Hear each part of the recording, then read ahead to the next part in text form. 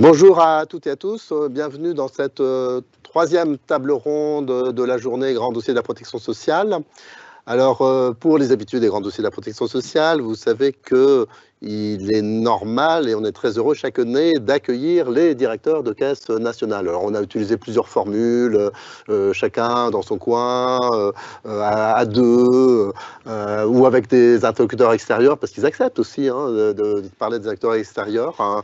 Donc, et cette année, donc, pour la première fois, on a souhaité les mettre, les avoir tous les quatre ensemble, et je les salue et je les remercie. Donc, Thomas Fatome, directeur de la CNAM, Damien Yantil, directeur de l'URSSAF Caisse nationale, Renaud Villard, directeur de la CNAV, et Nicolas Grivel, directeur de la CNAF. Le sujet qu'on a choisi pour vous réunir, c'est celui que vous voyez dans l'intitulé « Quelle pédagogie des citoyennes des finances sociales ?» Alors, pourquoi ça nous a semblé souhaitable d'évoquer ce sujet, je pense, mais on va voir, qui vous concerne tous. Alors, les finances sociales, leur état, on l'a évoqué dans la première table ronde du début d'après-midi, et on ne va pas trop y revenir, mais elles sont dans un état assez dégradé. Je pense que tout le monde en est conscient. Donc ça, c'est le premier sujet. Le deuxième, alors, que je porte, je me permets une petite introduction en tant que président du Haut Conseil du financement de la protection sociale, c'est qu'une des spécificités des finances sociales, c'est qu'elles, peut-être plus encore que le reste des finances publiques, elles appellent sans doute à un dialogue avec les cotisants ou assurés sociaux.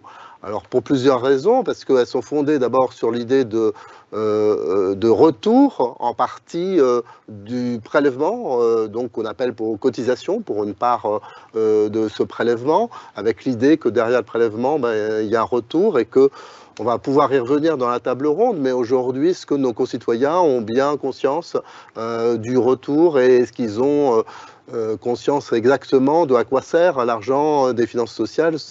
Je peux m'interroger un petit peu. Et puis aussi, et sans doute il y a d'autres éléments, mais les finances sociales, la protection sociale, c'est quoi? C'est des droits objectifs donc, qui sont consentis à l'ensemble de nos concitoyens, de l'ensemble des résidents réguliers en France. Et un des enjeux des finances sociales, enfin une des choses qui va se passer, c'est aussi l'usage que font les personnes, nos concitoyens, de ces droits objectifs.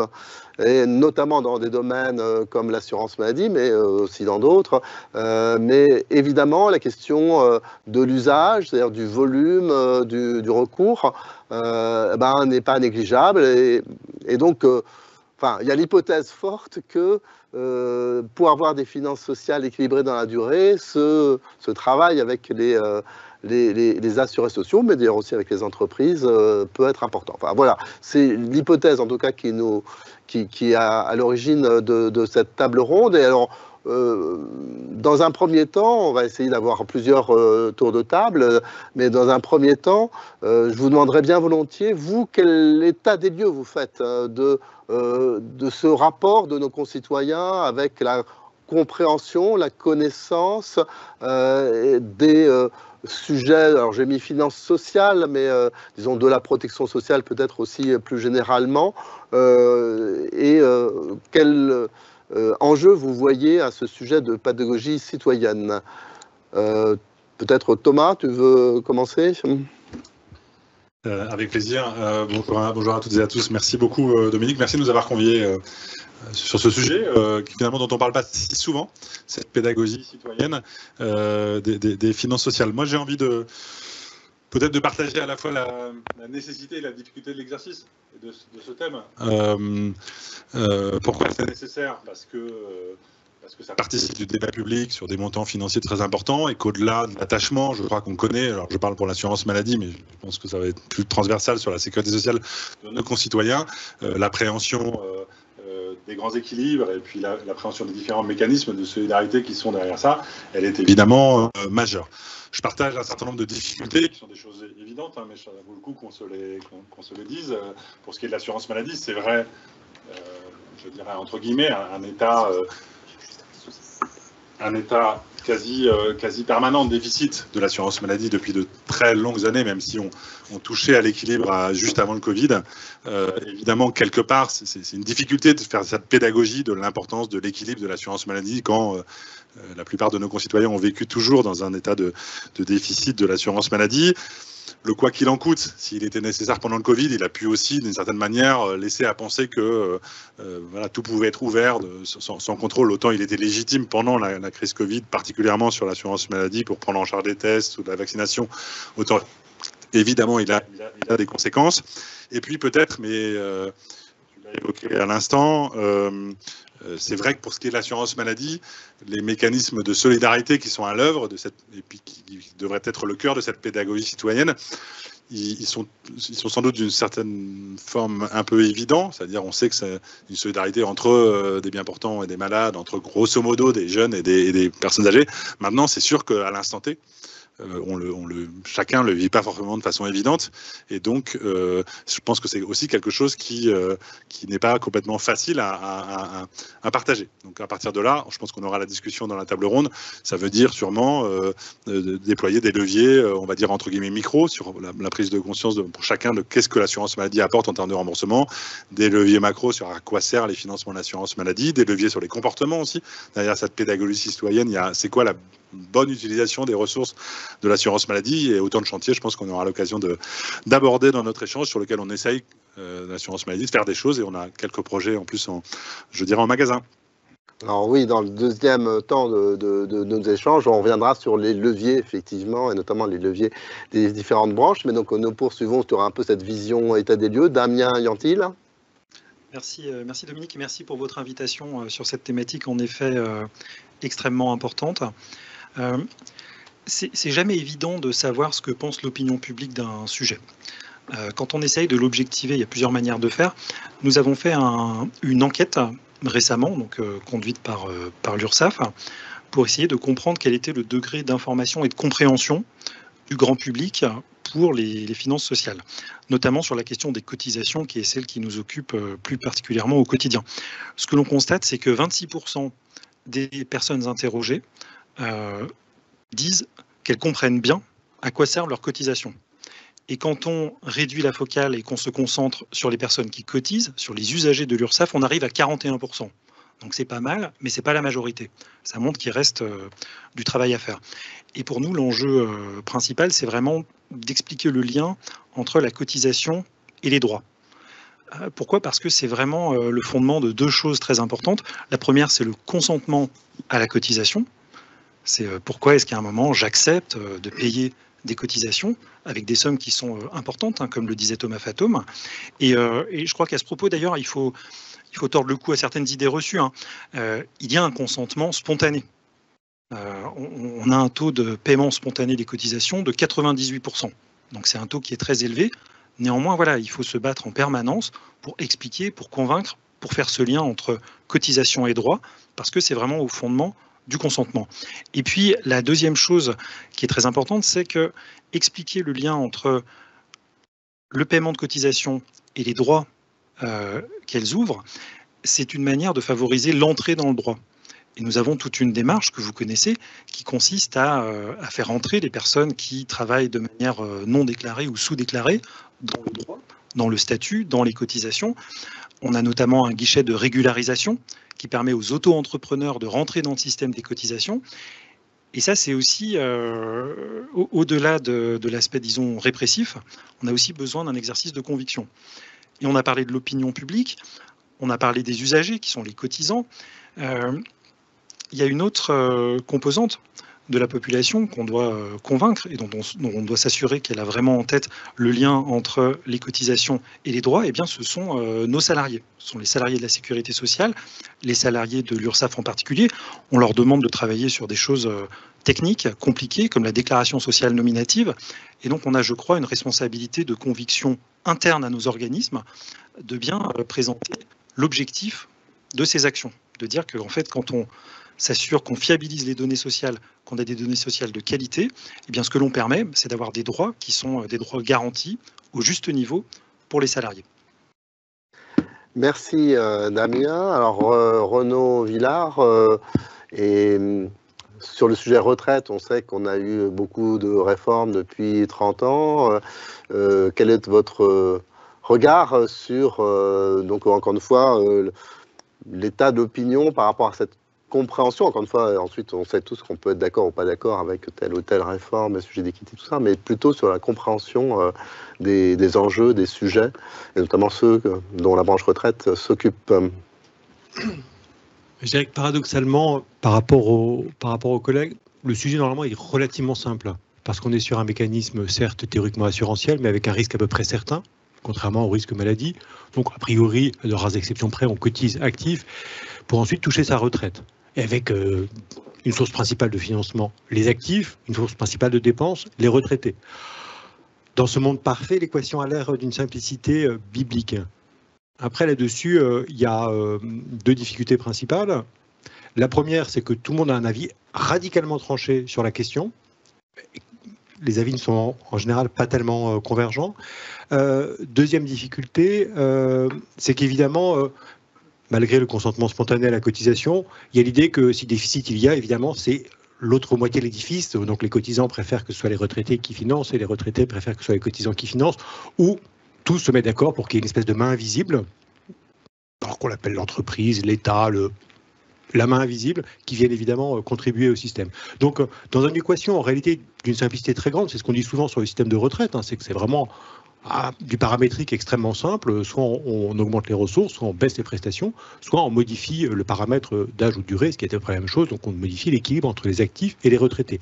Donc, un triangle, une équation à trois inconnus, normalement d'une simplicité relativement grande, on passe de ce triangle relativement simple à un débat souvent relativement passionné, et qui plus est un débat qui est, malgré un vrai effort pour le coup de pédagogie des pouvoirs publics, un vrai effort de pédagogie du Conseil d'orientation des retraites, plus modestement je pense, mais on essaie de faire le job en la matière, de l'ensemble des régimes de retraite, malgré cet effort de transparence, de pédagogie, en réalité, une absence même de consensus sur le diagnostic. Et donc, quand il n'y a pas consensus sur le diagnostic, il est parfois encore plus compliqué de faire consensus sur la thérapeutie. Il y a un petit côté, pour le coup, traitement thérapeutique, des scènes de malades ou de médecins dans Molière. Il y a un côté, le médecin malgré lui, avec du coup des potions qui ne sont pas nécessairement adaptées parce que le diagnostic n'est pas complètement partagé. Donc, on part d'un système en apparence simple, avec des institutions légitimes pour poser un diagnostic,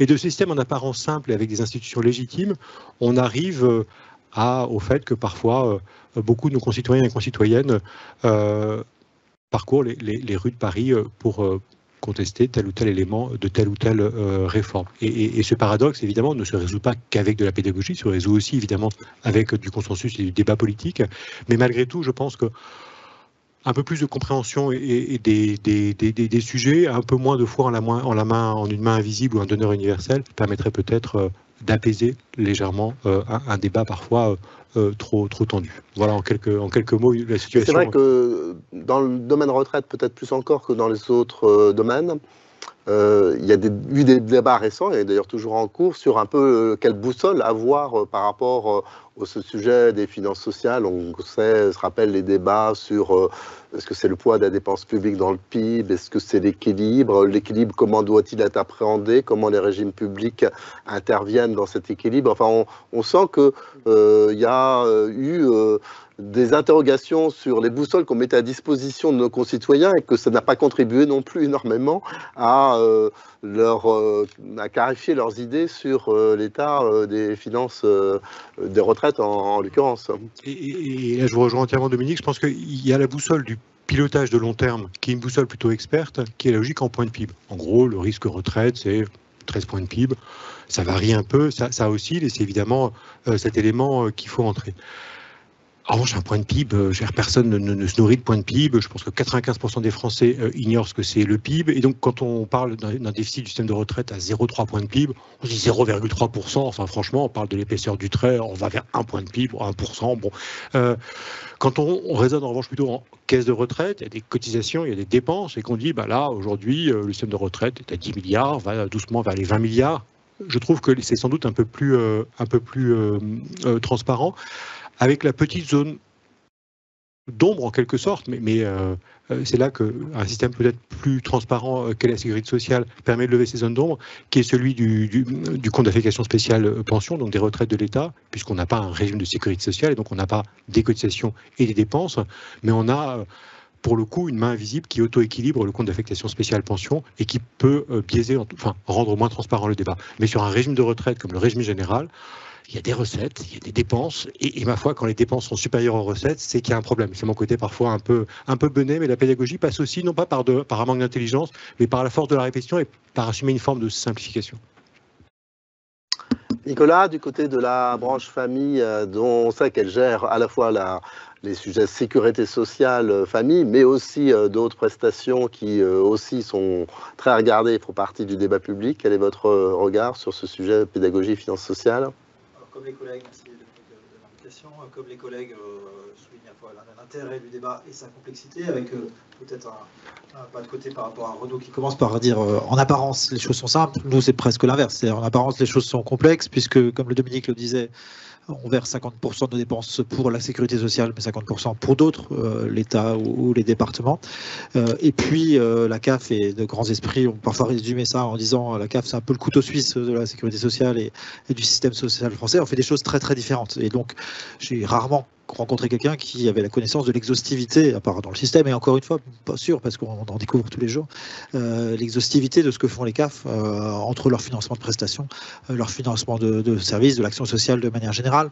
Et donc, à la fois, tout le monde connaît la CAF, et on peut le vérifier à chaque enquête, chaque démarche. Voilà, c'est une marque, entre guillemets, très connue, qu'on peut affirmer très fort. Personne ne sait ce que veut dire la CAF. Enfin, quand on décline le sigle, déjà, on se perd un peu parce que le sigle ne décrit pas la réalité de ce qu'on fait complètement. Et puis, personne ne comprend, encore une fois, les limites de l'exercice, ni notre appartenance d'ailleurs à la sécurité sociale, parce que comme chacun sait, la sécurité sociale, c'est la maladie. Les retraites, on voit à peu près ce que c'est.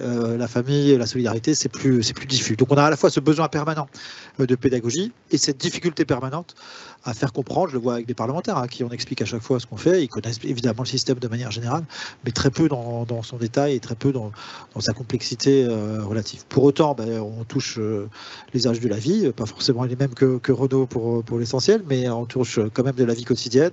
On touche des choses que les gens considèrent comme peut-être normal, mais quand même très précieux, sur l'accompagnement des familles, l'accompagnement des situations de grande précarité, et puis le financement d'un certain nombre de services de la vie quotidienne aussi, les crèches, pour ne citer qu'elles, dont on parle un peu dans le débat public en ce moment.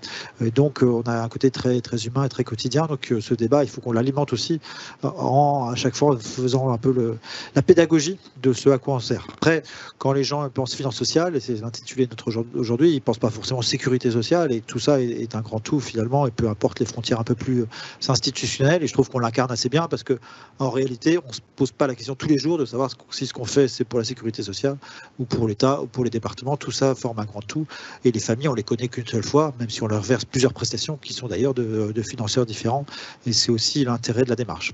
Voilà, après la pédagogie de la finance sociale, et vous l'avez tous illustré très bien dans un contexte de finances publiques particulièrement difficile. Il se trouve qu'on est excédentaire, nous, à la branche famille, alors c'est un peu particulier et c'est un peu lié à un système d'équilibre entre des recettes et des dépenses, mais finalement c'est un raisonnement assez différent que ce que peut connaître Renaud ou Thomas.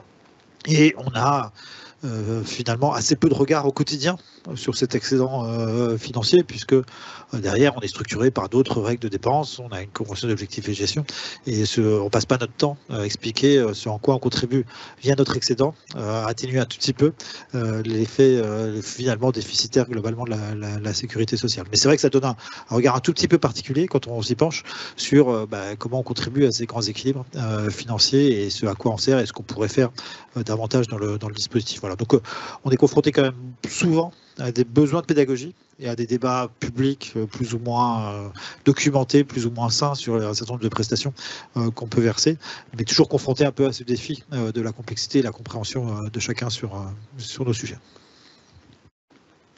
Merci Nicolas. Alors je propose de venir au deuxième temps de notre échange qui va être un peu plus sur les leviers qu'on pourrait utiliser. Alors peut-être, on peut l'introduire à ce moment-là. J'ai parlé à certains d'entre vous, c'est dans les leviers. Enfin, j'aimerais bien, on fera dans un troisième temps, mais aussi un peu de se dire sur quels sont les messages qui vous semblent les plus importants de passer, y compris par rapport aux idées fausses que vous ressentez.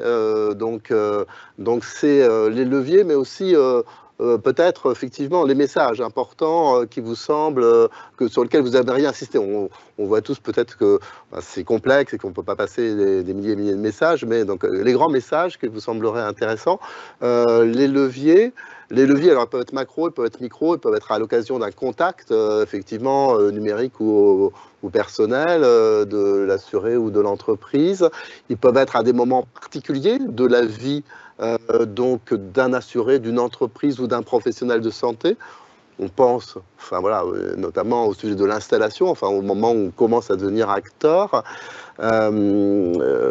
Éventuellement, vous pouvez dire aussi qu'il faudrait que ça commence avant, effectivement, et qu'il y a une éducation civique un peu plus tôt sur ces sujets.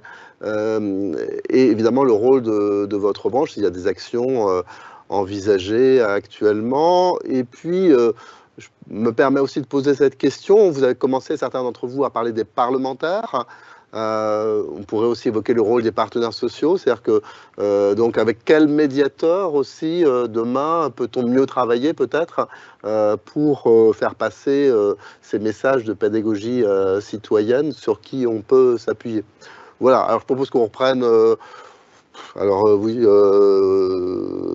on peut reprendre dans le même sens si ça choque personne, mais c'est pas, je pense, voilà. Allez Thomas. Je me lance. Alors, je vais me concentrer peut-être sur les leviers. Ouais. Le premier levier, il est simple, mais il faut quand même partir de là. C'est ce levier entre guillemets micro, c'est de partager avec les assurés bénéficiaires de remboursement. Voilà, qu'est-ce qui se passe, qu'est-ce qui est pris en charge. Et de ce point de vue-là, je pense que pour aussi pas sombrer dans le désespoir ou l'autoflagellation, de se dire que voilà, chaque mois, il y a 10 millions de personnes qui vont sur Amélie regarder leur remboursement. 10 millions de personnes. Quelque chose peut-être qu'on sait moins, c'est que nous mettons à disposition chaque année un relevé annuel de prestations qui récapitule tout ce qui a été pris en charge par l'assurance maladie sur l'année. Sur les 6 premiers mois de 2024, 1,4 million de personnes ont consulté ce relevé. 1,4 million, c'est pas beaucoup, mais quand même. Tout le monde peut aller regarder c'est sur Amélie, chaque année, vous recevez votre... vous recevez. Il est Et disponible sur votre parmi les 3 autres, vous avez été regarder votre relevé. J'ai pas prévenu les autres directeurs de caisse nationale qu'il fallait qu'ils aillent... Donc dès ce soir, ils vont y aller. Mais tout de même, parce que... Voilà, 1,4 million, c'est quand même... c'est pas rien. Voilà. Et j'en profite pour le dire, parce que c'est un débat qu'on a de façon récurrente. Jusqu'où on va dans cette information-là? Parce que ce n'est pas une information qui est si anodine que ça, y compris bien sûr pour des gens qui ont des pathologies lourdes, qui ont des pathologies chroniques. L'idée de l'assurance maladie n'est pas d'aller dire vous avez coûté X dizaines, X centaines de milliers d'euros. On n'est pas là pour stigmatiser, mais voilà, ça participe de cette transparence. Et j'en profite pour dire qu'on va faire évoluer ces dispositifs, puisqu'à compter du milieu de l'année prochaine, au-delà de l'information qui est disponible sur votre compte Amélie, on va relancer une logique de push où on va donner à épisode régulier l'information sur ça y est, vous avez un nouveau remboursement de l'assurance maladie. Avant, il y a très longtemps, c'était des choses qu'on faisait par papier et on a numérisé tout ça, mais quelque part, peut-être qu'on a un peu perdu ce lien direct et donc on va relancer cette logique de push. Deuxième levier. Et ce levier micro, il existe aussi, on y reviendra sur les professionnels de santé, avec tout ce qu'il y a derrière Amélie Pro, dans lequel on essaye de donner de plus en plus d'informations sur l'activité des professionnels, leur rémunération, les rémunérations forfaitaires, et c'est consulté par les professionnels de santé de façon relativement limitée là aussi, mais il y a de la consultation. Le deuxième élément, je pense que là aussi, dans cette pédagogie, c'est tout ce qui est derrière les logiques d'open data et de donner à comprendre de la façon la plus simple possible les différentes évolutions de l'assurance maladie. Ça fait maintenant presque 20 ans qu'on fait des rapports annuels chargés produits. Depuis maintenant quelques années, on a basculé une partie de cette information sur Amélie, sur de la data visualisation. Et on a plusieurs dizaines de milliers de personnes qui regardent chaque mois ces sites. Voilà, combien coûte le diabète en France? Quelle est la prévalence du diabète? Quelle est l'activité de telle et telle profession de santé? Dans telle région? Au niveau national et au niveau régional. Et cette information-là, elle est disponible en open data maintenant. Et je crois qu'on est les uns les autres engagés dans cette démarche. Troisième leviers de cette pédagogie citoyenne, mais tu l'as évoqué à l'instant, c'est tout ce qui touche autour des comportements, parce que la pédagogie, c'est de l'information brute, mais c'est aussi voilà, donner à comprendre que c'est particulièrement vrai, c'est vrai du côté de l'assurance maladie. Hein. Chacun, assuré un professionnel de santé, il a une partie des dépenses, entre guillemets, dans sa main. Bien sûr qu'il va subir éventuellement une pathologie, mais le parcours de soins, la juste prescription de produits de santé, c'est évidemment au cœur de l'ensemble des actions de l'assurance maladie. Et on essaye de construire de plus en plus des parcours d'installation qui mettent ces sujets-là au cœur de cette démarche. Et puis, dernier élément sur lequel je voulais insister, mais presque faire une annonce dans cette table ronde. On travaille à quelque chose de très simple, mais que les uns et les autres ont pu voir dans différents domaines des dépenses publiques et qui n'a pas une prétention excessive, mais on sera prêt au début de l'année 2025. C'est de mettre à disposition, de mettre à jour régulièrement quelque chose tout simple qui est de dire 1 000 € de l'assurance maladie, comment c'est financé et à quoi ça sert. Voilà, parce que honnêtement, la réalité du financement, Damien y reviendra, ça a mine de rien beaucoup évolué ces 10 dernières années. Et puis, à quoi ça sert? Est-ce que ça va à la ville et à l'hôpital? Est-ce que ça va à des prestations de nature, des prestations en espèces? Est-ce que ça finance de la rémunération de professionnels de santé ou d'autres types de choses? Voilà, ces choses toutes simples. En fait, on a commencé à travailler là-dessus. Et donc, rendez-vous premier trimestre 2025. On aura un certain nombre d'outils pédagogiques qui seront mis à disposition et qui seront mis à jour régulièrement pour se dire comment on finance 1 000 € de l'assurance maladie et comment on les utilise. Ouais. Donc voilà quelques exemples d'initiatives. Je pense que vous le ferez, mais sur le coût de gestion administrative dont la sécurité sociale n'a pas à rougir. On ne manquera pas de mettre en avant le coût très maîtrisé et de plus en plus maîtrisé de l'assurance maladie, bien sûr, dans ses coûts de gestion. Et tu parlais de travail sur l'installation des professionnels. Tu peux en dire un mot? Enfin, vous avez commencé par les infirmiers, sauf erreur de ma part. Alors oui, on a développé depuis la fin de l'année 2021 un accompagnement de toutes les nouvelles infirmières installées autour de la bonne appropriation de la nomenclature des actes. Voilà, parce qu'on le sait, c'est une nomenclature qui est complexe et qui n'est pas toujours bien appréhendée. Donc ça, c'est quelque chose qu'on est en train de transposer progressivement aux autres professions, aux masseurs-kinésithérapeutes et aux médecins, avec un focus notamment, par exemple, médecins sur la problématique des arrêts de travail, où beaucoup de jeunes médecins nous disent voilà, j'ai besoin d'accompagnement sur cette prestation que en réalité que je n'ai pas pratiquée la plupart du temps. Et donc oui, en effet, on a un certain nombre de chantiers qui sont ouverts là-dessus. Merci beaucoup Thomas. Damien, alors du côté URSSAF. Oui, comme vous le disiez Dominique, il y a un enjeu qui est celui du contact avec les usagers. Et pour nous, la première pédagogie que l'on doit faire, c'est quand on a un échange, quand on a une interaction avec un usager, qui chez nous est un cotisant, c'est qu'est-ce qu'on peut lui apporter en termes d'information, de clarté. J'ai compté, ou plutôt j'ai fait compter, on a 125 millions de courriers, papier ou électronique, chaque année. Donc ça veut dire qu'on a 125 millions d'interactions avec des usagers chaque année. Chacune de ces interactions, ça doit être l'occasion de faire un peu de pédagogie. Ça ne veut pas dire qu'on va leur expliquer à chaque fois toute l'histoire de la Sécu, comment ça marche, qui paye quoi, non.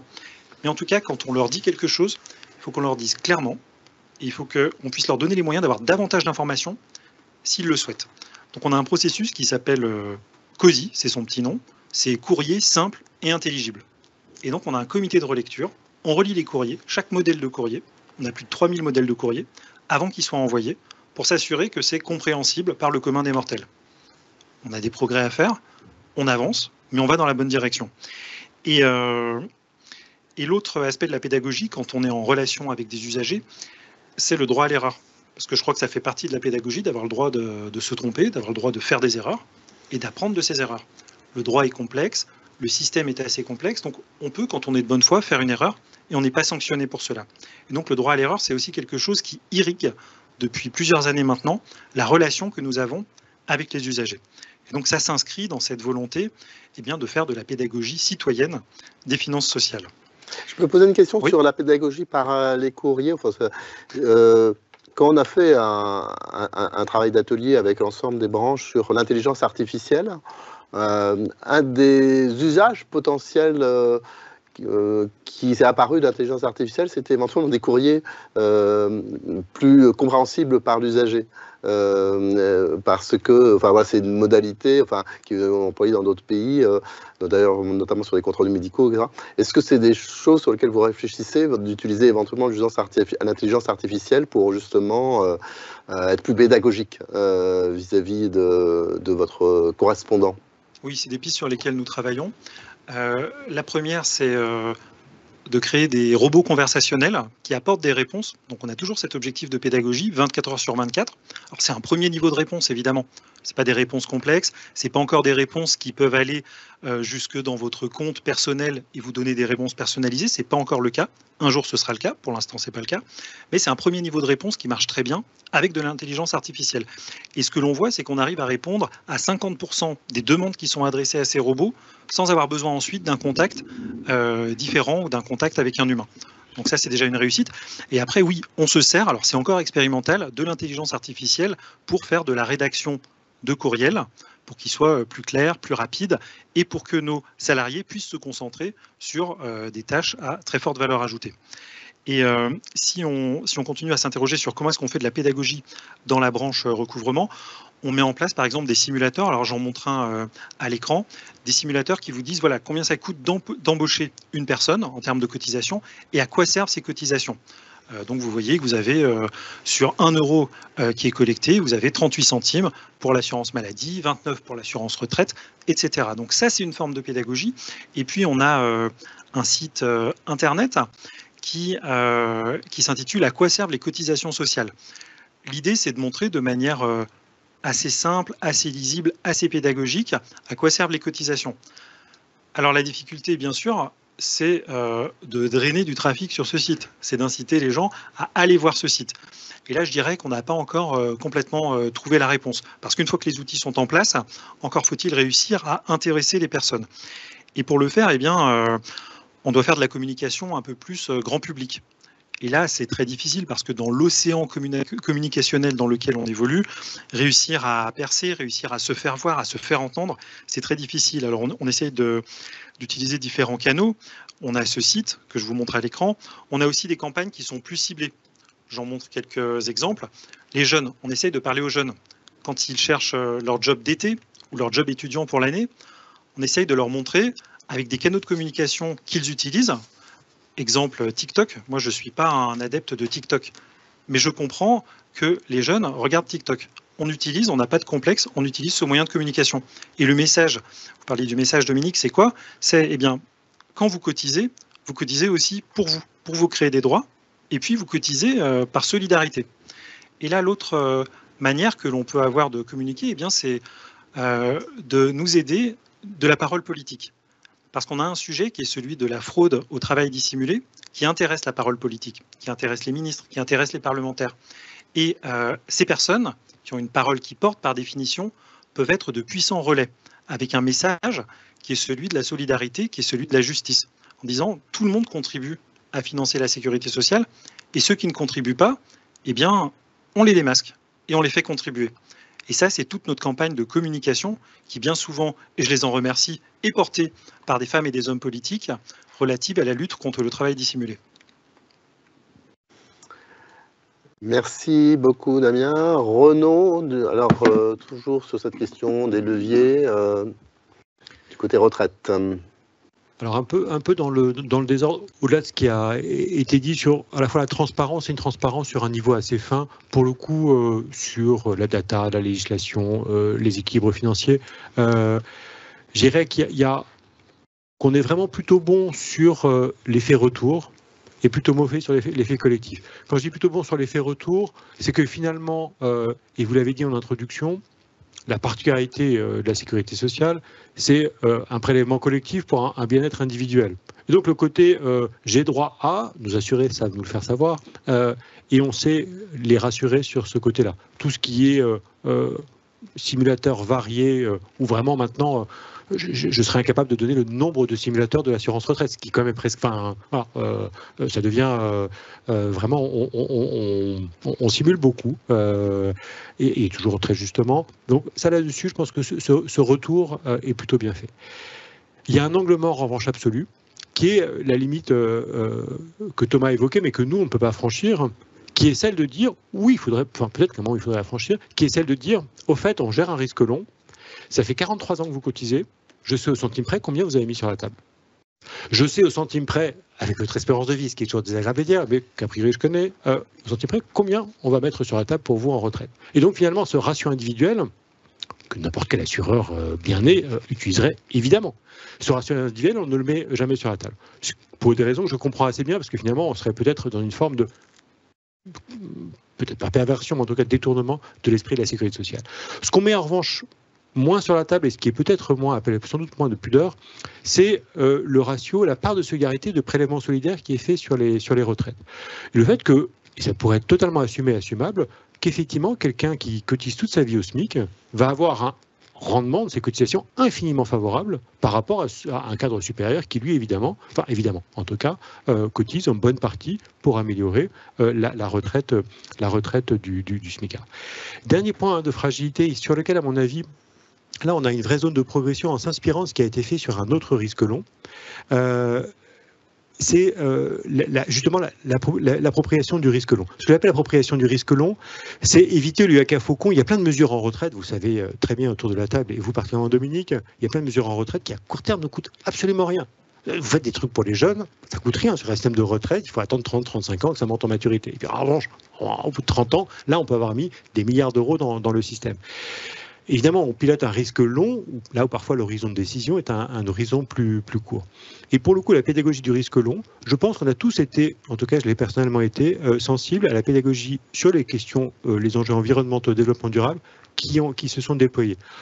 Je pense qu'on est nombreux autour de la table parce que nous sommes des hauts fonctionnaires zélés à avoir fait un atelier d'automne. La démarche de l'atelier d'automne consistant à dire, on vous met autour de la table, un peu comme si vous étiez des parties prenantes, à la fois individuelles et collectives, pour engager un chemin critique de décision qui va vous permettre, avec un algorithme un peu simple, de savoir en 2050 l'impact, de connaître en 2050 l'impact de vos décisions. Pour le coup, c'est des choses sur lesquelles on réfléchit parce que je pense qu'il y a sans doute moyen, peut-être par là, ça suppose évidemment un investissement lourd et puis ça suppose une forme d'accompagnement, mais de faire appréhender le risque long. Aujourd'hui, et très modestement, ce qu'on a fait sur les jeunes, et je dis cela en tremblant devant vous, Dominique, c'est pas bon. On envoie aujourd'hui un petit flyer aux nouveaux cotisants. Flyer, personne ne lit. Quand on fait un retour des écoutes clients, il a fini au mieux au recyclage si le jeune a suivi un atelier sur le développement durable. Par là, c'est qu'on voit qu'aujourd'hui, en tout cas sur le jeune, pour lequel, pour autant, qu'il faut fidéliser comme cotisant, parce que c'est le premier à dire j'aurai pas de retraite. Aujourd'hui, on n'a pas trouvé vraiment pas trouvé le remède miracle. Le flyer était fort bien écrit, mais n'est absolument pas lu. Et pour moi, plus grande honte, et pardon, je suis trop bavard, je finirai là-dessus. Mes propres enfants n'avaient pas souvenir d'avoir reçu le flyer, pourtant ceux qui sont devenus cotisants. Donc j'ai honte à moi, mais ça prouve que si même les petits villards ne lisent pas le flyer sur l'assurance retraite, c'est qu'on a un problème. Pardon pour l'anecdote familiale. Merci Renaud. Alors j'ai une question dans le chat, mais pour la retraite, mais qui peut aussi s'adresser à d'autres branches. Comment peut-on faire de la communication en matière de retraite alors que les règles sont tellement compliquées? Ne devrait-elle pas être simplifiée pour éviter justement une polarisation des positions? Enfin, ce sujet, il revient dans le débat public régulièrement. Est-ce que, y aurait-il une simplification forte de notre droit social qui permettrait une meilleure lisibilité et donc une meilleure compréhension de ce sujet? Vous avez tous le droit à répondre éventuellement à ce sujet compliqué. Et ensuite, deuxièmement, si je peux, mais c'est peut-être plus un commentaire, mais effectivement, sur le lien cotisation-prestation en matière de retraite, je trouve qu'insister sur l'aspect redistributif de notre système, ça on le fait, j'en doute pas assez, et sous votre contrôle collectif, mais avec les allégements bas salaires qui aujourd'hui concernent tant les régimes de base que complémentaires, la partie cotisée pour un SMICard par rapport aux droits qu'il va avoir, est relativement faible. C'est-à-dire qu'il y a une grande part de sa cotisation normale, qui va être prise en charge par la solidarité nationale. Et donc le retour sur la cotisation salarié-employeur sur un SMICard est quand même très bon dans notre système aujourd'hui obligatoire. Et effectivement, je suis pas sûr qu'on arrive à faire connaître effectivement ces effets de construction assez solidaire quand même à travers ces allègements de cotisation, mais à travers d'autres mécanismes solidaires au sein de la retraite. Voilà. Mais Renaud, alors sur ces...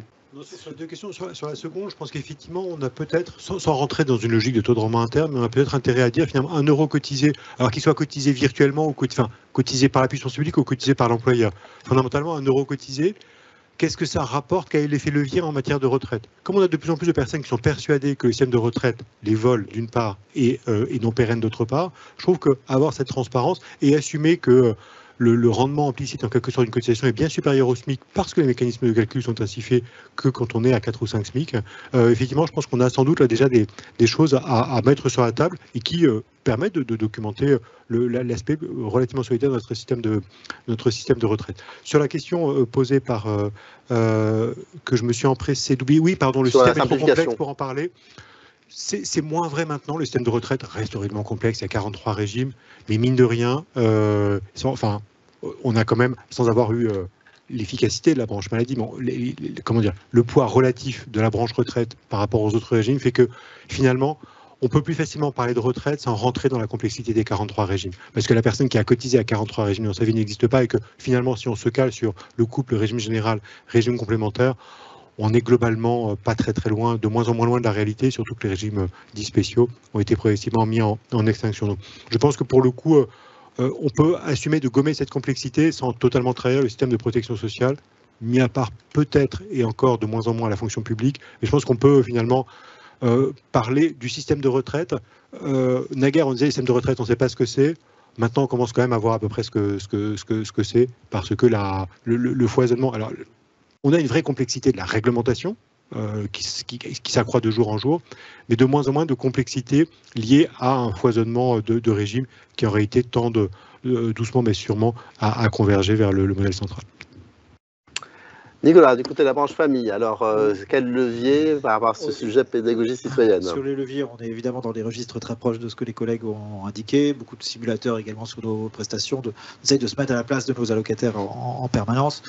Une identité qu'il faut affirmer malgré la complexité que j'évoquais tout à l'heure, un ciblage aussi d'un certain nombre de publics. Alors, on a lancé il y a quelques semaines une campagne jeune sur Instagram, on est peut-être un peu moins audacieux ou téméraire que les URSAF sur TikTok. Voilà, mais en tout cas, je vous invite à aller vous abonner au compte 1625 de la CAF sur Instagram et apprécier un langage un peu décalé aussi. Et si vous ne comprenez pas, c'est probablement que vous n'êtes pas dans la tranche d'âge visée. Et à direction des parents, dans une campagne qui commence la semaine prochaine. Donc, on s'adapte aussi à la diversité, évidemment, de nos publics en permanence. Et sur un certain nombre de supports qu'on souhaite les plus pédagogiques possibles, par tous les canaux possibles et imaginables, avec à la fois que la conviction que c'est indispensable et la conviction qu'on n'arrivera peut-être jamais à toucher complètement tout le monde ou à faire comprendre complètement les choses. Pour autant, il faut persévérer dans cet exercice. Et puis, on parlera peut-être des clichés ou des reçus fausses qui circulent, mais il faut toujours essayer de les casser malgré tout, parce que c'est des choses qui nuisent aussi à l'appréhension de la solidarité et de notre système social.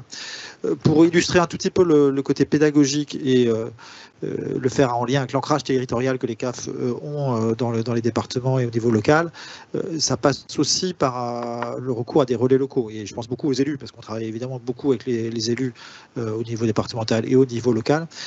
Quand les CAF se projettent désormais avec les conventions territoriales globales dans un partenariat fort avec les communes, intercommunalités, le premier message qui consiste à dire voilà ce que la CAF finance sur votre territoire, tout confondu, prestations familiales, prestations de solidarité, services aux familles. Les élus souvent ne réalisent pas la richesse de ce qu'on peut faire pour eux et pour leur population. Et c'est une façon d'entrer aussi en négociation et en matière dans une discussion avec un territoire qui est aussi intéressante. Quand la CAF apporte par sa connaissance en fait des dispositifs et donc des populations une vision de l'observation socio-économique du territoire, on a beaucoup de choses à apporter à ces acteurs locaux, élus, équipes, partenaires territoriaux évidemment. Et c'est aussi une façon de faire mieux connaître et mieux partager toutes les politiques publiques qu'on porte au-delà de notre action directe qui malgré tout aura toujours le prisme d'un peu institutionnel et de la lecture de justifier ou porter la communication autour de nos dispositifs. Si les autres parlent de nous en bien, que ce soit les partenaires ou même les allocataires en direct, on a évidemment une action de démultiplication qui est beaucoup plus forte. Si je peux me permettre une remarque pour tout le monde, sur un des points, d'abord, vous dites, effectivement, pour les élus, il y a une forme d'invisibilité de ce qu'apporte la protection sociale sur un territoire.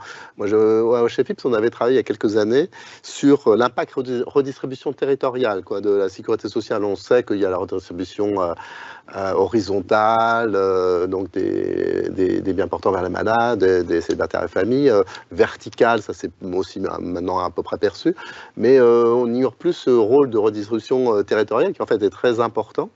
Parce qu'on va plutôt prélever là où est l'activité économique, dans les métropoles, tout ça, et on va redistribuer là où sont les gens, et s'il y a des populations vieillissantes, bon, il y a, très heureusement d'ailleurs, un impact très très sensible, et finalement qui est assez invisible. Donc, ce qui me mène à la question de, quelquefois, rendre visible ce qui est invisible, par exemple, ce sujet de redistribution territoriale, oui, ça peut être intéressant, mais on a d'autres domaines dans lesquels on a aussi une forme d'invisibilité des retours.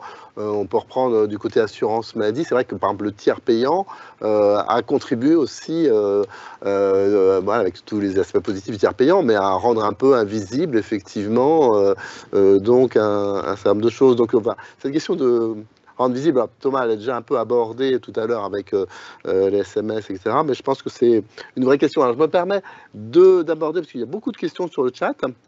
Alors, pas mal pour l'assurance maladie, je dis tout de suite pour Thomas. Oui, bon, alors, il y en a une, tu as en partie répondu, mais tu peux revenir. Bonjour, l'assurance maladie envisage-t-elle aussi de communiquer sur le coût de certains soins, exemple le coût d'un accouchement, une journée en réa?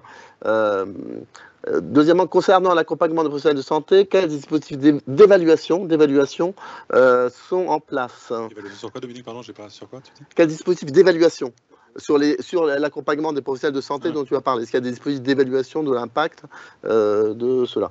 Il y a une question un peu plus générale sur les déserts médicaux. Quelle stratégie la sécurité sociale est-elle amenée à adopter pour assurer l'accès de tous aux soins? Et il me semble que là, oui, on dépasse un peu le sujet de la pédagogie citoyenne, si on est sur l'ensemble de la pédagogie, du sujet déserts médicaux. Mais bon, et je note une remarque pour tout le monde, alors qui est plutôt en décalage avec ce que nous on dit, mais c'est aussi le jeu. Je suis enseignante en sciences et techniques sanitaires et sociales. Nos élèves en BTS, services et prestations sanitaires et sociales, sont toujours aussi mal informés malgré notre pédagogie. Doit-on vraiment dépenser dans la pédagogie alors même que ce système complexe n'intéresse pas et ne répond pas à un besoin de la part des usagers? Bon. On a quand même essayé de se dire qu'il faut continuer, mais non. Oui, moi c'est aussi ce que je pense. Répondre peut-être. Non, mais ce que je pense, parce que vraiment, je pense qu'il y a un enjeu démocrate et qu'à un moment donné, la soutenabilité du système, si les gens pensent que finalement ils n'ont aucun retour et que ça ne leur sert pas, je pense qu'on aura des gros sujets. Oui. Il me semble que ce qu'on fait d'ailleurs collectivement avec l'école, avec les branches, je parle de l'école, les 3S, et avec l'éducation nationale pour aller, quand même faire du aller vers les lycéens, vers les collégiens, pour essayer d'expliquer comment ça marche la Sécu. Moi, je pense qu'il faut rien lâcher là-dessus et continuer. Essayer de répondre aux deux premières questions. Sur le coût des soins, alors je le disais quand j'expliquais un peu data pathologie, c'est-à-dire qu'on n'est pas à une granularité de coût des soins, on a une granularité de coût des pathologies, et quand même à l'intérieur de chacune des pathologies, on sait dire voilà, la prise en charge d'un cancer, combien ça coûte, quel type de cancer, et derrière combien ça coûte en médicaments, en arrêt de travail, en soins médicaux, etc. Donc on a cette granularité-là. Pourquoi pas essayer d'aller plus loin? On met aussi à disposition des éléments sur l'activité hospitalière au travers de tout ce qui est Visu-Chir. C'est pas exactement des sujets de coût, mais c'est des sujets d'activité. Évaluation, on le fait sur le dispositif d'accompagnement des professionnels de santé, notamment à l'installation. Et pour être tout à fait transparent, les évaluations sur l'accompagnement du dispositif infirmier, elles étaient, je dirais, montraient qu'on avait encore des efforts à faire. Il y a des progrès, mais quand même, la qualité sûrement de l'accompagnement sur la nomenclature faisait que même 6 mois après, on restait sur des choses qui sont insuffisamment appréhendées. Donc oui, on essaye de voir si ça a de l'effet, mais ça nous invite à remettre le sujet sur le chantier. Renaud ? Dominique, si vous permettez, pour répondre à l'enseignante de secteur sanitaire et social qui nous taquine, et elle a raison, mais je la taquinerai volontiers en retour. Elle a sans doute raison, elle connaît ses élèves et leurs appétences éventuelles. J'espère, ou en tout cas je lui suggère de prendre contact avec la CEPAM, avec la CAF, de demander s'il n'y a pas un collègue de CEPAM, de CAF, qui peut venir faire une intervention à ses élèves, présenter un peu l'émission, parce que mine de rien, j'ai pas de solution miracle. Je pense qu'il faut en tout cas que le pire, c'est de renoncer. On sait parfois, et je crains d'avoir été enseignant dans une vie très très très lointaine, que parfois ce qu'on raconte n'intéresse pas toujours follement les élèves, mais que la pédagogie, c'est aussi l'art d'essayer de le rendre vivant, et je suis sûr que ces collègues le savent parfaitement. Donc du coup, voilà, peut-être, moi je rêverais que de temps en temps, il y ait des collègues, des stratégiques, managers stratégiques, ou même managers opérationnels, ou que sais-je, de CAF, de CEPAM, de CARSAT, d'URSSAF, qui n'hésitent pas à intervenir dans tel BTS, dans un bac pro plus généraliste tourné vers la gestion. Surtout que, je finirai là-dessus, on est quand même des très très gros recruteurs aussi, donc une partie de ces élèves finiront sans doute, si alors en secteur sanitaire et social, finiront assistants sociales dans une CAF, et c'est un magnifique métier. Donc la Sécu recrute aussi. J'ai été subventionné par Lucans, mais je le crois, je dis avec conviction. Je permets juste peut-être aussi un tout petit élément, puisque le N3S est un peu actif sur ces sujets. Vous savez, donc on organise avec l'Éducation nationale un concours qu'on appelle Jeunes, solidaires et citoyens tous les 2 ans. Il y a notamment des classes de BTS.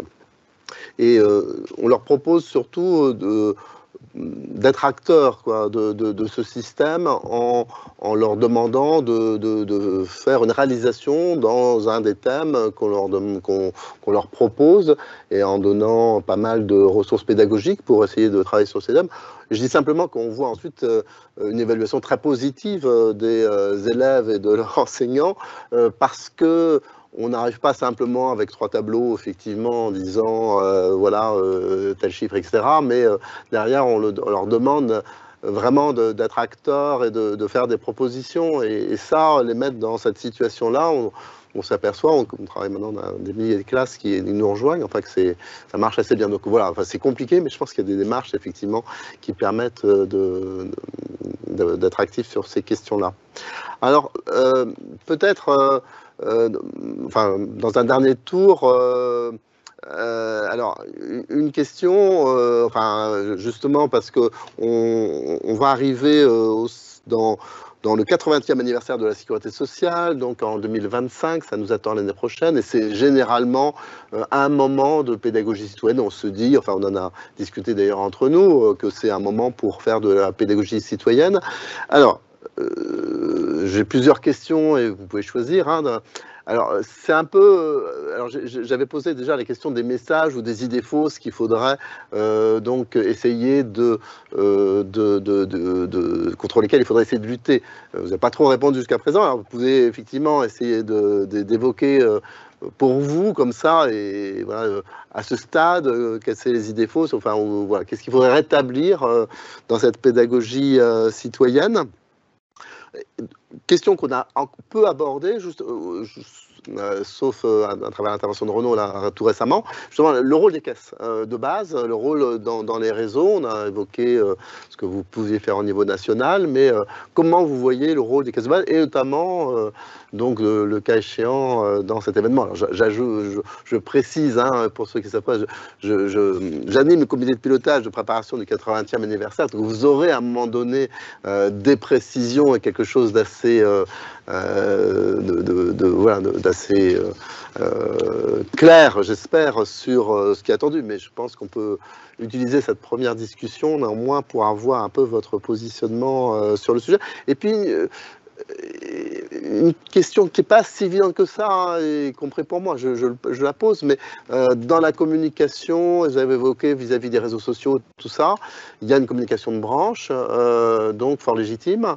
Et puis, il y a la question un peu sécurité sociale. Donc, on est justement sur finances sociales, sécurité sociale. Il y a d'ores et déjà, et notamment quand on parle employeur, donc beaucoup de communication interbranche assumée par Lucans. Est-ce que vous pensez effectivement qu'il serait bien, notamment à l'occasion du 80e anniversaire, peut-être d'aller plus encore sur des actions communes qui, au-delà des branches, effectivement, évoquent ce sujet des finances sociales, ce sujet du retour cotisation-prestation. Comment vous voyez les choses? Nicolas, pour changer. Gardez le micro. Non, juste sur les idées fausses ou poncifs qui reviennent quand même très souvent. 2 exemples. Alors, lutte contre la fraude, pour simplifier le message. On est coincé en permanence entre vous faites la chasse aux pauvres d'un côté et de l'autre côté vous faites pas grand chose et on contrôle rien. Et donc je pense qu'il faut marteler quand même un message d'action assez forte sur la lutte contre la fraude, mais d'exigence du juste droit et l'intérêt du juste droit par rapport à la justification des finances sociales. On doit verser à chacun ce à quoi il a le droit. Il y a plus de non-recours que de fraude dans notre pays sur les finances sociales. Et par ailleurs, on est quand même très actif sur ce sujet, sans discrimination, etc. Et puis deuxième exemple, qui revient de temps en temps dans un débat pas toujours très bien orienté, sur l'argent qu'on verserait aux personnes en situation irrégulière et la mythologie un peu autour de ces sujets. On a sans arrêt obligé de répéter qu'on verse des prestations quand il y a un droit au séjour régulier, etc. et qu'on vérifie évidemment tout ça. Et donc ça revient fréquemment. Sur le deuxième sujet, les 80 ans et au-delà de ça, l'occasion de la pédagogie citoyenne, bien sûr, il faut se saisir de toutes les occasions. C'est un peu ce qu'on dit depuis tout à l'heure, je crois. Et donc, nous, on sera actif aussi dans ce débat et cette valorisation, et nos caisses locales sont partie prenante. Je parlais tout à l'heure du côté territorial, je crois beaucoup à cette dimension-là, et les CAF sont très positionnés sur cette dimension territoriale, et donc je pense que ça vaut le coup à cette occasion, et pas seulement pour les CAF, pour l'ensemble des caisses de sécurité sociale, de valoriser le rôle territorial qu'elles peuvent avoir. Je pense que ça a du sens beaucoup. Renaud ? Oui, deux éléments sur les idées reçues. Pour le coup, il y en a deux auxquels j'aimerais tendre le coup, je n'y arriverai pas. La première, on la partage un peu en commun avec Nicolas. C'est limite des centaines de milliers de centenaires algériens. Je les compte, je les rencontre. En fait, c'est des millions, c'est ça? Là, c'est des millions. Alors, et ça, effectivement, c'est entre 300 000 et des millions. Donc, ils sont 1500, et puis alors, on les convoque régulièrement, et le nombre décroît d'ailleurs au fur et à mesure. On les convoque physiquement au consulat. Mais voilà, rien n'y fait. Idée reçue. Et puis la deuxième idée reçue, la principale à laquelle j'aimerais tordre le cou, c'est le fait que les jeunes n'auront pas de retraite. Ce serait quand même, si un jour on arrive à persuader les jeunes qu'ils auront une retraite et qu'on a un système qui aurait été très bien piloté. Je rappelle sur ce chiffre, en 2030, le rapport du corps pour 2000 disait qu'en 2030, on serait à moins 80 milliards. On va finir à moins 15, moins 18 milliards, c'est ce qui est alarmant. Mais ça veut dire qu'il y a eu 60 milliards de corrections, réforme après réforme, et donc le système est piloté. Sur les 80 ans, 2 points, je pense qu'on peut se permettre d'être un peu frappadingue. Les collègues le sont déjà, de manière intelligente, TikTok, Instagram, en tout cas d'avoir doser une communication différente, qui sorte un peu du cadre institutionnel. Pour le coup, comme là on est sur une communication qui n'est pas une prestation, qui n'est pas une communication du juste droit, mais une communication où on va valoriser, finalement, faire connaître. Je pense qu'on peut se permettre d'oser, pour le coup, d'oser les supports innovants, différents, d'oser les influenceurs, etc. Pour le coup, on a, je pense, beaucoup de liberté. Et oui, le terrain, surtout qu'on est quand même très en lien avec l'éducation nationale, mais plutôt en lien, on accueille des tas de stagiaires de 3e, maintenant des stagiaires de seconde. Je pense que là-dessus, on peut capitaliser pour être aussi, finalement, un émetteur, entre guillemets, de la place qui est la nôtre. Damien ? Merci. Sur les idées reçues, il faut partir du principe que payer des cotisations, à la base, c'est pas agréable. Les gens préfèrent ne pas payer. Quand ils ont le choix, ils préfèrent ne pas payer. Donc, en permanence, il faut qu'on explique à quoi ça sert. Il faut qu'on soit convaincant. Il y a des obligations, donc on n'a pas besoin d'être convaincant d'un point de vue juridique. Mais si on veut que ça marche bien, si on veut que tout le monde cotise normalement, et ça c'est vrai que c'est le point de vue plutôt de l'URSSAF, eh bien il faut en permanence réexpliquer et dire à quoi ça sert, et je pense qu'il faut l'être de manière très concrète. Il ne faut pas d'abstraction. Et ça répond aussi un peu à ce que l'enseignante qui vous a écrit sur le chat disait. On ne peut pas forcer quelqu'un à s'intéresser à notre sujet. En revanche, on peut essayer de lui donner des messages très simples, de lui faire comprendre des choses concrètes. Et une des choses que l'on essaye de faire comprendre, c'est que les cotisations, elles servent à payer des prestations qui sont versées par les caisses qui sont ici représentées. Et ces prestations, elles sont très utiles, elles sont très concrètes. Et j'ai mis un visuel à l'écran, je ne sais pas s'il peut être affiché. On montre quoi? On montre que les cotisations que vous payez aujourd'hui, peut-être qu'elles ne vous servent pas à vous aujourd'hui, mais elles vous serviront demain.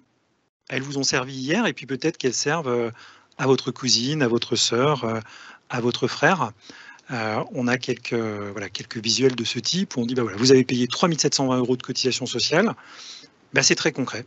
Ça paye des allocations de rentrée scolaire. Donc ça, c'est la première idée reçue, c'est les cotisations, à quoi ça sert? Ça sert à rien. Ça sert à des choses très concrètes dont on bénéficie tous. Deuxième idée reçue, il y en a plein des idées reçues, mais je me concentre sur 2. La deuxième, c'est notamment là je m'adresse plutôt aux personnes jeunes, c'est les cotisations, c'est pas pour moi. C'est ce que disait Renaud Villard, la retraite, c'est dans très longtemps, peut-être que j'en aurai pas. Et donc on a aussi ce devoir de leur dire, bah si, c'est pour vous les cotisations, parce que c'est pour tout le monde, et c'est pour vous plus tard, mais c'est pour vous aujourd'hui aussi. Si vous avez un accident du travail, si vous voulez avoir tous vos droits à l'assurance maladie, c'est pour vous et c'est maintenant. Donc là encore, petits exemples de visuels qu'on essaye de diffuser toute l'année, parce que là aussi c'est une idée reçue assez ancrée, qui est c'est pas pour moi, je suis pas concerné. Mais si, tout le monde est concerné. Merci Thomas. Oui, en assurance maladie aussi, il peut y avoir un certain nombre d'idées reçues. Je n'évoquerai pas les sujets de fraude, de prestations que mes collègues ont évoqués. Non, la première, c'est gratuit. C'est vrai que voilà, on entend beaucoup, l'assurance maladie c'est gratuit, c'est à 100%, donc non, c'est pas gratuit, c'est une prise en charge à 100%, qui est une prise en charge solidaire, c'est basique, mais c'est vrai que c'est quand même quelque chose qu'on entend souvent. Deuxième élément, même si en ce moment c'est particulièrement difficile, le déficit, c'est pas normal pour l'assurance maladie. Je pense que on part de pédagogie citoyenne. Le premier élément de base, c'est que pour un système d'assurance maladie, je parle bien d'assurance maladie, au-delà peut-être de déséquilibres qui peuvent être liés ponctuellement à du cycle économique, un système d'assurance maladie, normalement, ne devrait pas être en déséquilibre. Donc, je ne sais pas si c'est une idée reçue ou quelque chose auquel on s'est habitué, on finit par trouver ça normal, mais ça n'est pas le cas. Troisième élément, et là encore, le contexte, ça rend difficile un peu de dire ça, mais quand même de se dire que la sécurité sociale paye ses dettes. Là aussi, je trouve que c'est de la pédagogie qui n'est pas facile à faire, hein, mais se dire que certes, on fait des déficits, certes, ça fait de la dette, mais cette dette, elle est cantonnée. Voilà, alors elle est prise en charge par la CADES, on rembourse le principal. Donc voilà, c'est une pédagogie, encore une fois, hein, qui est complexe, mais d'expliquer si les gens ils payent de la CRDS, c'est pour rembourser une dette qui est quand même fermée, même si malheureusement on rouvre cette CADES régulièrement. Quatrième élément, je ne sais plus combien j'en ai, les coûts de gestion, on l'a dit, hein, c'est bien de leur dire aussi, on a des coûts de gestion à la sécurité qui sont bas, à l'assurance maladie aussi, et on a fait des efforts ces 20 dernières années, et on continue à en faire, je pense que c'est utile de le dire. Et puis le dernier élément, mais encore une fois, sans nier des évolutions de prise en charge, voilà, le mouvement général qui voit l'assurance maladie rembourser de plus en plus les soins en termes de, voilà, parce qu'il y a plus d'affections de longue durée, parce qu'il y a plus de 100%. Là aussi, hein, on a souvent le débat sur les taux de remboursement, mais le fait qu'on maintienne un système qui fait que du coup, on prend toujours en charge les maladies coûteuses. C'est vrai qu'on entend souvent dire, voilà, si j'ai un coup dur, bah heureusement j'ai ma complémentaire santé. Donc c'est très bien d'avoir une complémentaire santé, mais si vous avez un coup dur en termes de santé, c'est d'abord l'assurance maladie qui viendra prendre en charge. Donc ça aussi, ça fait partie des choses qu'on entend et sur lesquelles c'est bien de rappeler un peu comment le système fonctionne et d'essayer de piloter ça. Dernier élément, quand même, ce que je voulais dire, mais c'est pas une idée reçue, c'est sur la pédagogie. Renaud, tu l'as dit tout à l'heure, je trouve que la sobriété, on parle de la transition écologique, la sobriété, c'est pas une question de greenwashing et de se faire plaisir. C'est que quand on parle avec des professionnels de santé, quand on parle des assurés, quand on dit aux professionnels de santé, vous prescrivez pas bien, c'est trop cher, etc. Honnêtement, c'est difficile. Mais le fait de dire, il y a des enjeux sur le bilan carbone, le système de santé c'est 8% des gaz à effet de serre, la moitié c'est des médicaments. Honnêtement, on a quand même un dialogue qui est un peu différent. Donc mettre du vert dans cette pédagogie citoyenne, pour moi, c'est pas ça n'est pas voilà, c'est pas du greenwashing, c'est un vrai sujet et un levier supplémentaire pour faire cette pédagogie-là. Et je pense que collectivement, il faut qu'on s'en serve comme un vrai levier, parce que ça positionne le débat un peu différemment. Et je pense qu'avec l'acteur, en tout cas l'ensemble des acteurs du système de santé, c'est assez puissant. Merci d'avoir effectivement évoqué ce dernier point. Vu l'heure, on ne va pas refaire un tour de table là-dessus, mais moi je dis tout de suite effectivement que je partage, mais je crois qu'on est tous qu'on partage totalement ce sujet, que dans la pédagogie, lorsqu'on peut montrer effectivement qu'un certain nombre d'actions de sobriété ont aussi un impact positif sur la transition écologique, et c'est le cas notamment beaucoup en assurance maladie, sur la consommation de médicaments par exemple, mais d'autres éléments, oui, je pense que c'est un atout supplémentaire, effectivement, pour cette pédagogie. Il ne faut pas s'en priver, effectivement. Et donc, oui, je pense que c'est important. Je sais que l'assurance maladie réfléchit sur ces sujets. le sujet des transports sanitaires revient, mais c'est là régulièrement. Je Transport pense partagé. pas. Transport partagé, oui. Bon, c'est combien difficile, mais effectivement, je pense qu'il faut utiliser aussi ce genre d'argument. Oui, Renaud, là-dessus. Là-dessus, je partage entièrement. Je pense que ça peut être un bon sujet presque pour l'an prochain. Les comptes verts, on avance tous dessus sur la comptabilité verte, vraiment au sens fort du terme. Il y a des travaux très intéressants de nos DCF préférés qui instruisent ça avec beaucoup d'intelligence. Et pour le coup, ça rejoint la société exemplaire de la sécurité sociale. C'est ce côté exemplaire. On n'est pas obligé de le faire. Contrairement à d'autres des institutions financières, il y a des travaux pour y arriver. Alors c'est complexe, c'est redoutable, mais c'est pour moi essentiel. Et ça participe aussi de cette pédagogie, de cette transparence, de s'imposer cette saine discipline. Donc c'est pas pour souffler le sujet de l'an prochain. Non, mais Je sais que je crois qu'on avance tous les quatre avec oui, un peu de pub à N3S, 3 secondes, en disant il y a une recherche action élève effectivement sur comptabilité verte cette année avec bien sûr une directrice, enfin des directrices du réseau et puis une recherche action aussi sur assurance maladie transport, donc là aussi avec une collaboratrice de la CNAM et on les remercie beaucoup de travailler avec les élèves N3S. Encore pas mal de questions, mais je ne vais pas. Je les lis simplement pour là faire un tout petit peu de pub, puisque j'ai une question en termes de pédagogie citoyenne. Pourquoi ne pas communiquer plus sur la fraude sociale, mais vue de manière globale, fraude assurée employeur? Alors, je signale simplement qu'il y a un rapport du Haut Conseil du financement de la protection sociale qui est sorti il n'y a pas longtemps. Une excellente émission de France Inter t'as écouté, samedi matin. Oui, on n'arrête pas l'écho sur la fraude sociale. Ouais. Très intéressant. Donc, effectivement, mais voilà, c'est vraiment un sujet sur lequel vous faites beaucoup d'efforts. Et on a essayé, s'il y a une petite plus-value à chez Philips sur la pédagogie, c'est justement de mettre, donc de parler effectivement, assuré, employeur, etc., avec des petites infographies qu'on a qu'on a réalisées et que vous trouvez sur le site chez Philips. Voilà, je permets de signaler. On peut faire certainement encore beaucoup mieux, beaucoup plus, et on va continuer, mais au moins, voilà, il y a des éléments sur la fraude sociale globale sur le site HFIPS. Voilà, écoutez, moi je vous remercie beaucoup de votre participation à cette table ronde. Encore une fois, c'était vrai que certains l'ont souligné, hein, c'est la première fois qu'on fait une table ronde autour de ce sujet, mais on voit qu'elle est assez riche, pas si simple que ça, mais riche, et d'actualité avec le 80e anniversaire sécurité sociale. Donc voilà, je trouvais ça bien de lancer cette réflexion avec ces journées GDPS. Merci beaucoup à tous et bonne fin de soirée aux uns et aux autres. Merci beaucoup.